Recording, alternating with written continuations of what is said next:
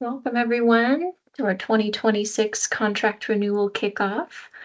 Looks like we have everybody with us, and we'll go ahead and get started.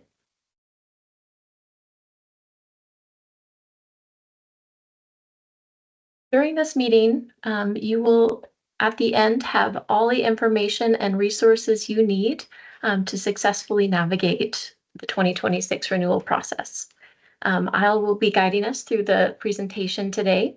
My name is Jenna Perkis. I use she and they pronouns, and I am a contract specialist with the contracts team. And I'll invite my fellow presenters to introduce themselves. Good morning. This is Walter Washington. I am a Housing Stability Program Manager.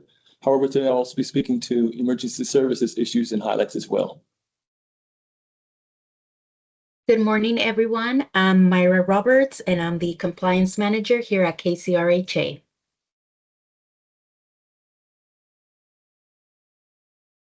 During this presentation, we'd also really like to hear from you. There will be an opportunity at the end of each section that we cover to ask some questions. So feel free to pop those in the chat as we go, and be sure to leave your name and contact information in case there's any follow-up that we can reach you. And at the very end, we'll also have an opportunity for a more length Q&A as well. So just feel free to keep those questions coming, and we'll be sure to address those as we go along.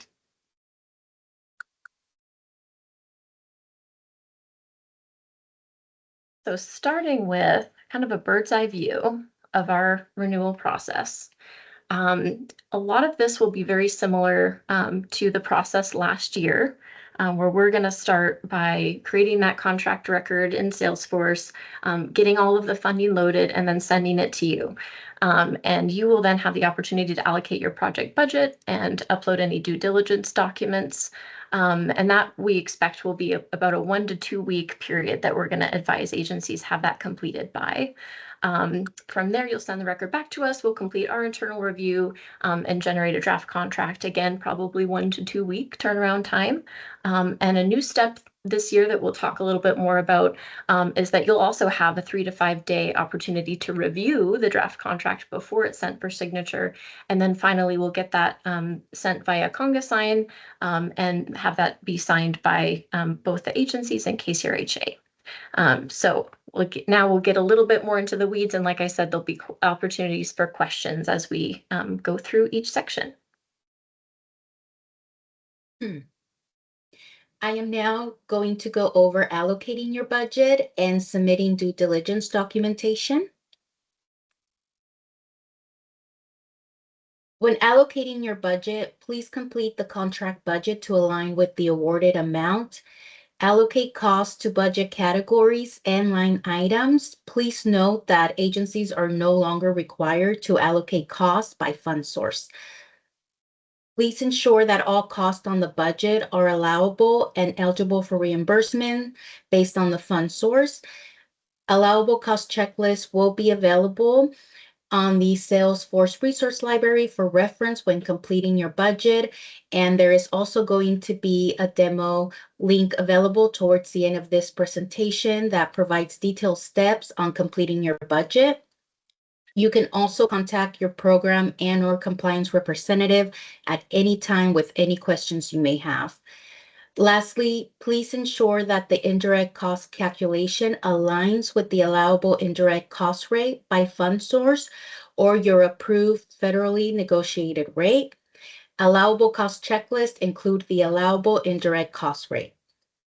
KCRHA is hosting a training on how to calculate indirect cost and completing and submitting due diligence documentation in late October. More information about this training will be shared towards the end of this meeting. This slide shows the proposed priority spending schedule for agencies with multiple fund sources. This framework was developed based on the 2025 spending schedule, and it is subject to change. An updated spending schedule will be shared with all providers upon receiving notification from our funders. It is critical to spend down COC early in the year as they are the most restrictive funds.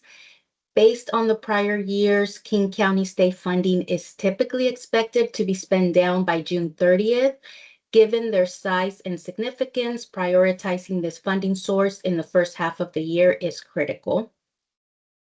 All other King County funds should be spent down by September 30th, and the remaining flexible funding sources, such as the City of Seattle general funds, should be spent down from October 1st to December 31st. We will communicate any changes to the spending schedule as soon as possible. To help us accurately capture spend down, please submit invoices in a timely manner. Invoices are still going to be due on the 10th business day of the month. And that please know when submitting invoices, providers are only required to allocate the total for each line item. The KCRHA team allocates expenditures by fund source and cost allowability.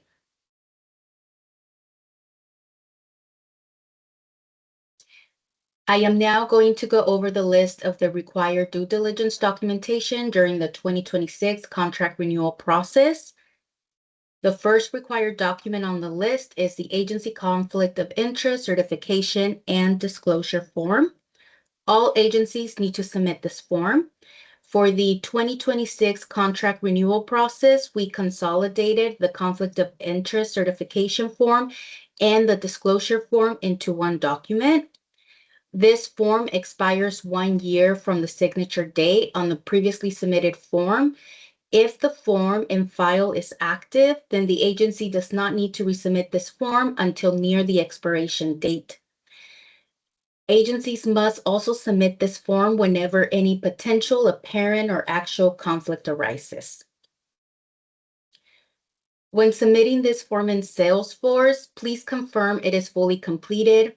It discloses any and all conflict of interest and is signed by an authorized agency representative. An insurance certificate of endorsement needs to be submitted for the contract performance period. All agencies need to have an active endorsement in file throughout their contract performance period. If the policy effective date on the insurance certificate of endorsement in file falls within the contract performance period, then the agency does not need to resubmit this document until near the policy expiration date. When submitting this document, please confirm the type of insurance and the amount limitations on the insurance certificate of endorsement match the PSA insurance requirements and amount limitations. Please also confirm that KCRHA is listed as the certificate holder and that KCRHA is listed as additional insured in the description of operations, locations, and vehicles section. If your contract is receiving City of Seattle funds, then please confirm that the City of Seattle is also listed as additional insured in the description of operations, location, vehicle section. Agencies that have a federally negotiated de minimis rate need to submit their federally negotiated de minimis rate election letter or proof of federally negotiated rate. When submitting this information, please confirm the following information is included on the letter: the agency name, the unique entity identifier number, the letter date, type, approval from and to dates, the rate, base, location, and apply to sections aligned with the contract performance period and project, and that the letter is signed by a federal agent. All agencies need to submit the certificate of non-debarment and suspension and a SAM.gov screenshot. This certification expires 1 year from the signature date on the previously submitted form. If the form and file is active, then the agency does not need to resubmit this form until near the expiration date. When submitting this certification, please confirm the form includes the agency name and is signed and dated by an authorized agency representative, and the title of the authorized certifying official is included. When submitting the SAM.gov registration printout or screenout, please confirm the agency name is listed and the agency registration status is showing as active. All agencies also need to submit the most recent financial audit. When submitting the most recent financial audit, please confirm it is signed and dated. Non-federal agencies that spent $750,000 or more during their fiscal year in federal awards before October 1st, 2024, need to submit their most recent single audit documentation. Non-federal agencies that spent $1 million or more during their fiscal year in federal awards on or after October 1st, 2024, need to submit their single audit documentation. All all agencies need to submit the last 3 board meeting minutes. If the board meeting minutes include any confidential information, please redact any confidential information from the board meeting minutes or upload board meeting minutes that do not include confidential information. The contract payment authorization form and the King County W-9 form only need to be submitted if there are any changes to the agency name, authorized staff, agency address, etc. A copy of these forms can be found in the Salesforce Resource Library. Agencies can begin submitting due diligence documentation now before receiving the renewal record notification to help expedite the contract renewal process. Are there any questions before we go over the 2026 contract walkthrough? Yeah, we have 2 questions, Myra, and I just wanted to remind everyone as well that this webinar is being recorded and will be provided to you at the end of the session. So once again, the webinar is being recorded and a copy or recording will be sent to you via email at the end of this meeting. The first question we have is from Matt Garrett. His question is, since we don't have to allocate by fund source, will we still be told the total amount of each funding source for audit purposes? Yes. All right. And then the second question is from Agnes Trinidad of Valley Cities. The question is, we do not have federally negotiated de minimis rate, and we follow the OMB rules of 15% of modified total direct cost effective October 1st, 2024. Is this enough to support the required documentation? Yes, that is enough.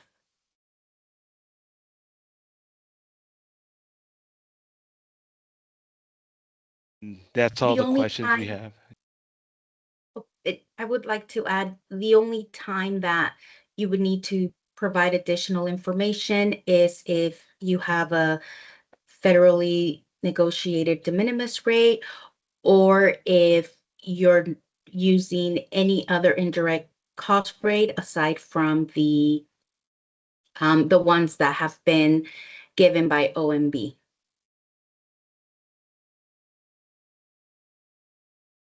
Sorry, I apologize, Myra. I have one more question. It's from Mannion Martin. To whom should the required due diligence documentation be sent?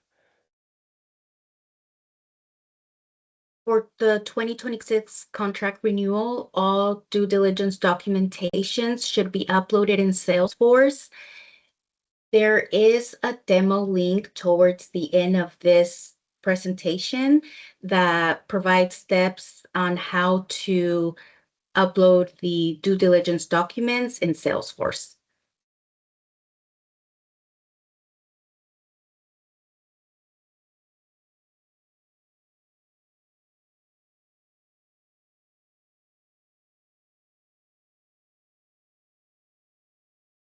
And that's all the questions we have at this time.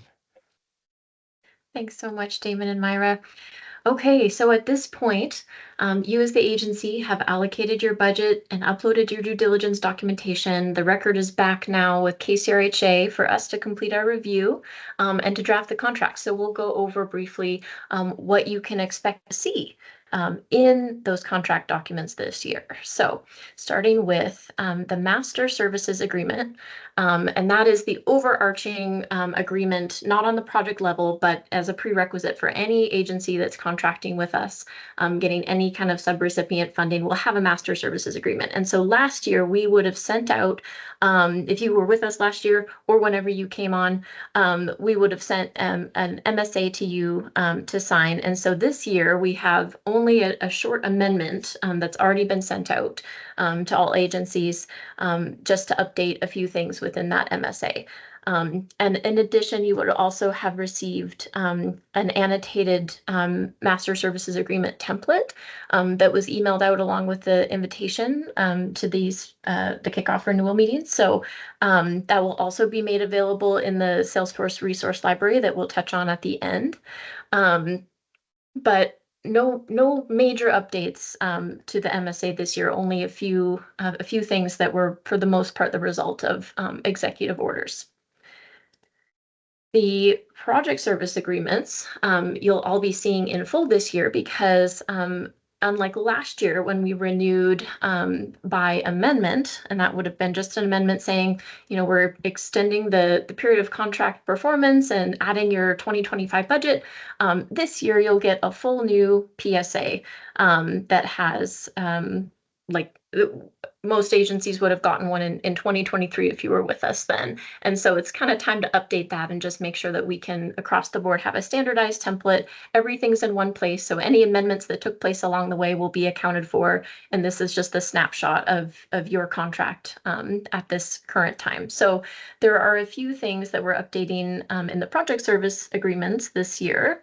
And again, you'll have gotten that annotated template. It's also available in the Salesforce resource library, and we'll have the opportunity at the end of this section to ask any additional questions as well about the PSAs. Next is an overview of schedules A1, A2, and A3, followed by a few critical points of emphasis to ensure providers are aligned with contextual agreements.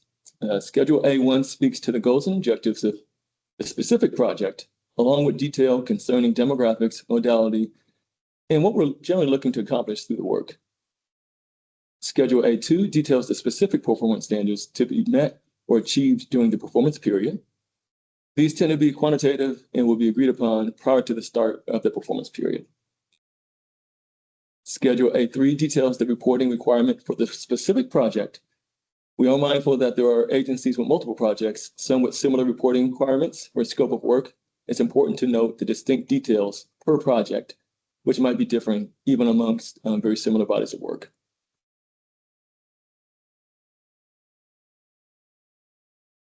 Next, we have a few points of emphasis for Schedule A2.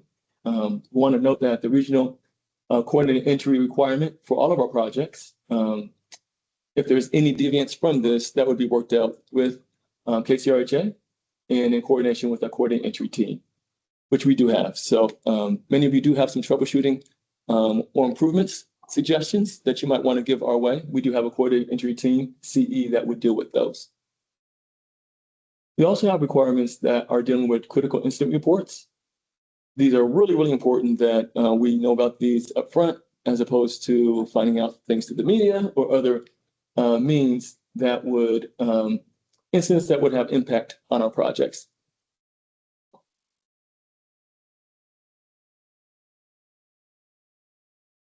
Schedule A3 points of emphasis. The first is the coordinating narrative. That's a requirement across contracts.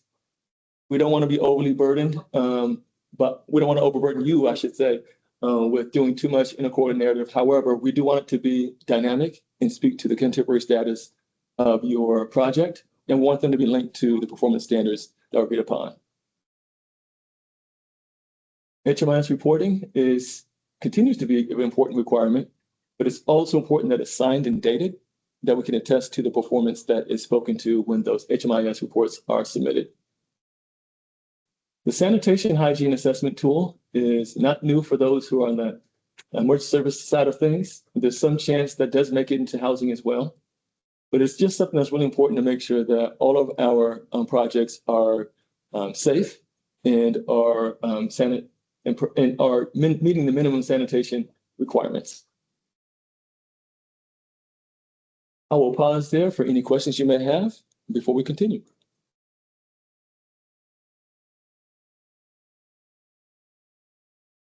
We have no questions at this time, Walter. Thank you.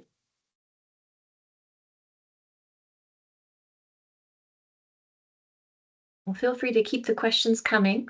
Okay, so at this point, we've drafted your contract and you're going to have the opportunity now to review and sign. And this process will look a little bit different this year than in previous years. So new this year, agencies will have the opportunity to actually see their full contract drafted before it's sent for signature. And of note, that's a little bit different than, some agencies have like internal processes. We know to like review a document in depth or maybe send it to their legal team, whatever your internal review process is before signing. So this is a preview step even before that. You'll still have that opportunity once the document is sent for signature to have that. We anticipate, kind of a 1 to 2 week window that we'll have for agencies to complete that full review before signing. But this will just be that opportunity to preview the contract before you get it for signature. And prior to that, we want to make sure that all of the agency contacts are updated in Salesforce. So what we're noticing currently is that some agencies might have like no primary signatory listed, or might have the primary contact listed as the primary signatory. But since we know your agency and we know the contracts that we work on, we're like, oh, well, hang on, this might not be the actual person that we need to send it to. So we're noticing that there are some housekeeping items here that would we would really ask that this is complete and up to date before we send things for signatures, to make sure that you're getting all the communications that you need and that your contracts are sent to the right person. So when you're selecting your agency contacts, it's important to consider that primary contact should be a person who is able to triage communications and facilitate any kind of flow of information within your agency, because some of the information coming to you will be that high level, funding availability or action needed administratively on your contracts, and some of it might be about kind of in the weeds of the program and contract monitoring. And so it's ideal to have someone in that position who can make sure that information, those communications, get where they need to go within your agency. And the primary signatory is just who should we route your contracts to, who has signing authority for your agency. And we want to make sure that we have those people on hand so that when we're drafting and dispatching these contracts, those go to the right people. And additionally, to ensure that all of the communications that we're sending reach you, please make sure to update your safe senders list. So you would potentially be getting communications from Salesforce and KCRHA from a few different domains. So we want to make sure that these are already good to go on your safe senders list to make sure that all of those communications reach you timely as we're executing renewals. And I will pause here for any questions. So we do have one question from previously. Roxanne Lopez was asking, will target commitments be updated to reflect the new RRH subsidy guidelines?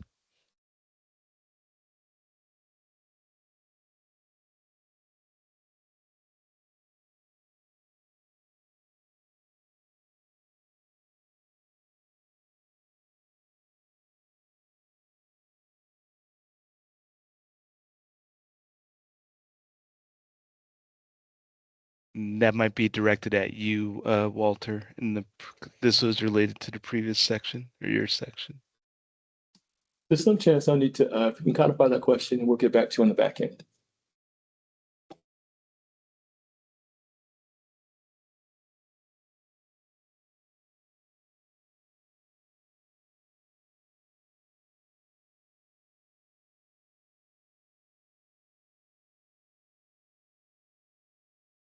Knowing points of contact. So we want to briefly cover who to reach out to if you have questions or as you're navigating this process, and who can offer technical assistance and support. So as a default, your program's specialist or coordinator assigned to your contract will be that first point of contact for any questions or technical assistance that you might need. In addition to that, each contract also has an assigned contracts specialist or coordinator and compliance specialist or coordinator who is the primary person in that department working on those contracts. So if you know who that person is, feel free to CC them on all communications, or if you know that your question pertains to a specific team's body of work. We also have some, but you don't know who the specific contact might be for your specific contract. We also have general inboxes that you're also welcome to include and direct those questions to.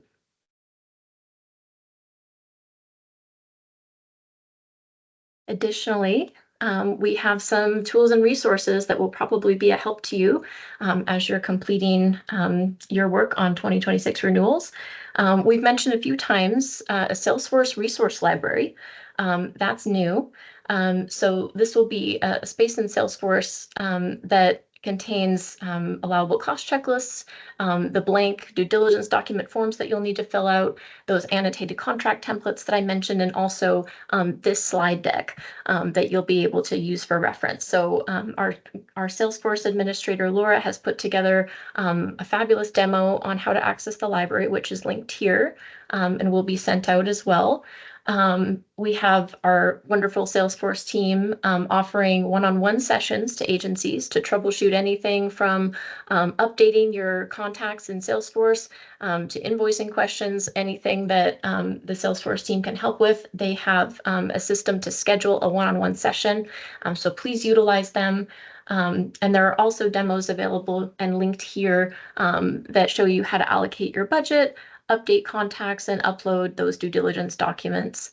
And finally, we also have open office hours every week on Thursdays.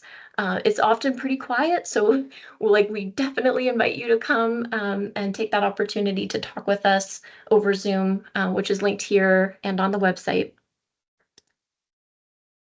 We also have some upcoming provider trainings. Myra had mentioned the indirect cost calculation and due diligence documentation training. There are links here that you can register. There will also be an invoicing and Salesforce training with registration information coming soon, and other things in the works that we want to make sure that you're looped in on. You can stay apprised of all of those updates by contacting Irene Shao, who is our homeless system training coordinator, and she can make sure that you are on the list to receive any updates about additional trainings that we have available.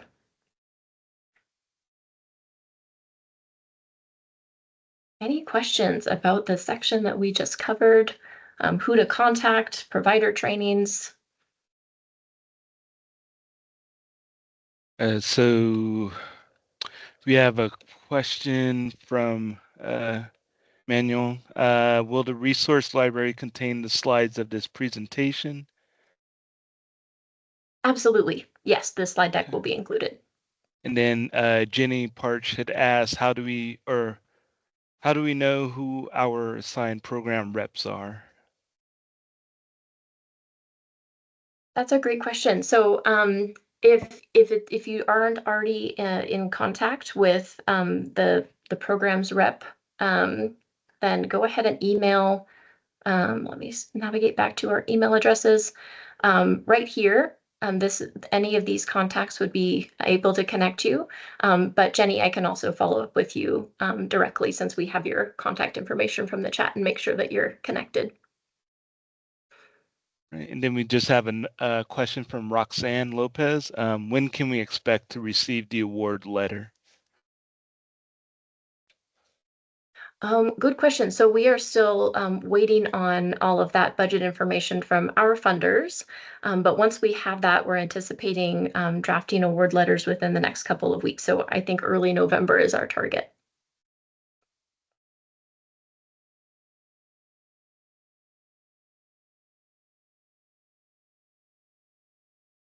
And I'll give just like another minute just in case there's any more questions.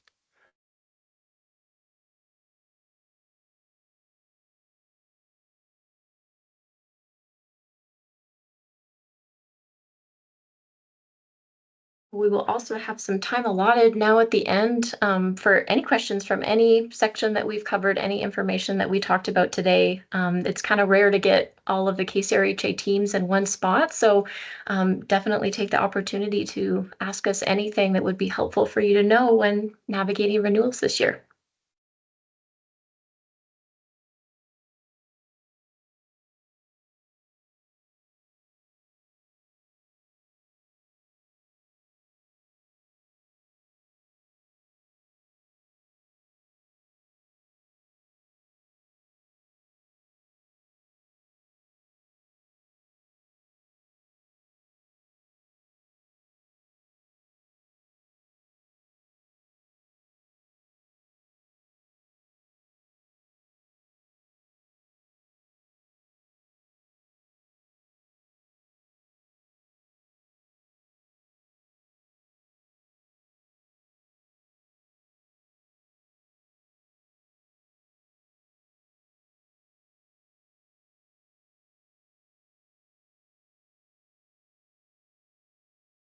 The KCRHA team can stay on for another minute in case any questions come in, but thank you all so much for joining us to cover our 2026 renewal kickoff.